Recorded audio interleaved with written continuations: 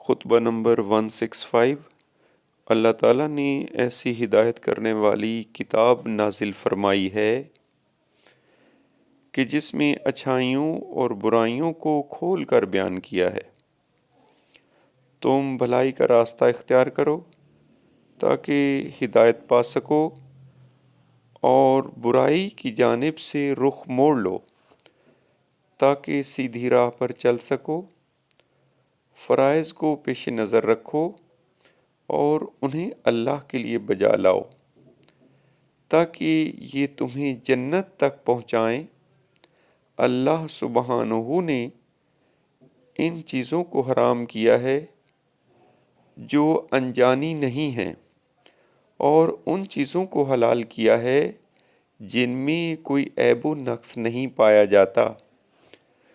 اس نے مسلمانوں کی عزت و حرمت کو تمام حرمتوں پر فضیلت دی ہے، اور مسلمانوں کے حقوق کو ان کے موقع و محل پر اخلاص و توحید کے دامن سے باندھ دیا ہے۔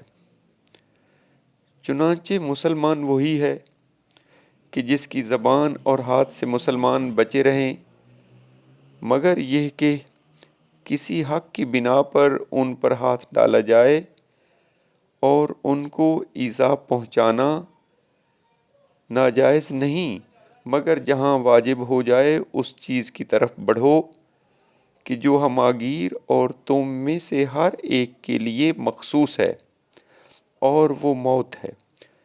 چونکہ گزر جانے والے لوگ تمہارے سامنے ہیں، اور موت کی گھڑی تمہیں پیچھے سے آگے کی طرف ہنکائے جا رہی ہے۔ ہلکے پھلکے رہو تاکہ کسی آگے بڑھ جانے والوں کو پا سکو۔ تمہیں اگلوں کو پچھلوں کا انکار کرایا جا رہا ہے۔ اللہ سے، اس کے بندوں اور اس کے شہروں کے بارے میں ڈرتے رہو، اس لیے کہ تم سے ہر چیز کے متعلق سوال کیا جائے گا، یہاں تک کہ زمینوں اور چوپایوں کے متعلق بھی اللہ کی اطاعت کرو۔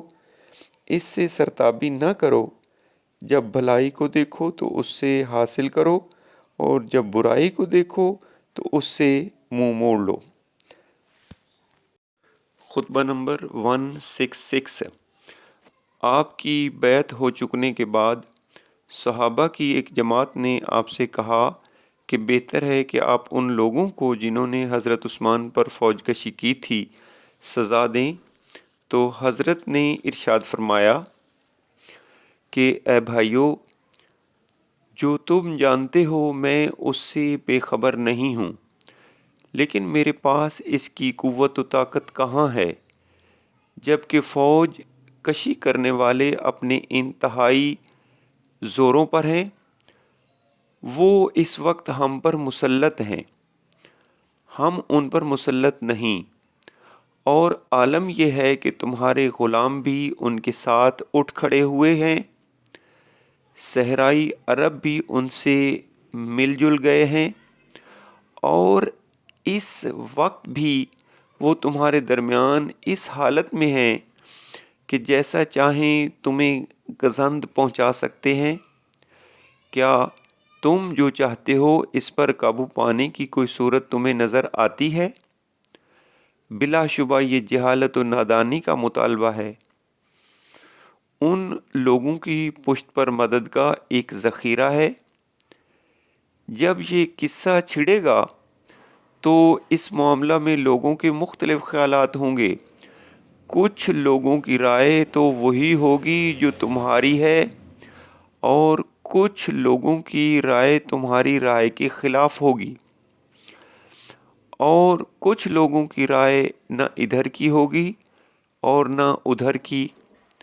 اتنا صبر کرو کہ لوگ سکون سے بیٹھ لیں اور دل اپنی جگہ پر ٹھہر جائیں، اور آسانی سے حقوق حاصل کیے جا سکیں۔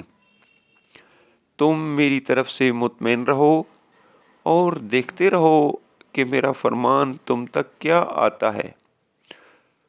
کوئی ایسی حرکت نہ کرو جو طاقت کو متزلزل اور قوت کو پامال کر دے، اور اور کمزوری و ذلت کا باعث بن جائے، میں اس جنگ کو جہاں تک رک سکے گی روکوں گا، اور جب کوئی چارہ نہ پاؤں گا تو پھر آخری علاج اغنا تو ہے ہی۔ خطبہ نمبر 167۔ جب جمل والوں نے بصرہ کا رخ کیا تو آپ نے ارشاد فرمایا، بے شک اللہ نے اپنے رسول کو ہادی بنا کر بولنے والی کتاب اور برقرار رہنے والی شریعت کے ساتھ بھیجا۔ جسے تباہ و برباد ہونا ہے وہی اس کی مخالفت سے تباہ ہوگا، اور حق سے مشابہ ہو جانے والی جماعتیں ہی تباہ کیا کرتی ہیں، مگر وہ کہ جن میں مبتلا ہونے سے اللہ بچائے رکھے۔ بلا شبہ حجت خدا کی اطاعت میں تمہارے لیے سامان حفاظت ہے، لہٰذا تم اس کی ایسی اطاعت کرو کہ جو نہ لائق سرزنش ہو اور نہ بددلی سے بجائی لائی گئی ہو۔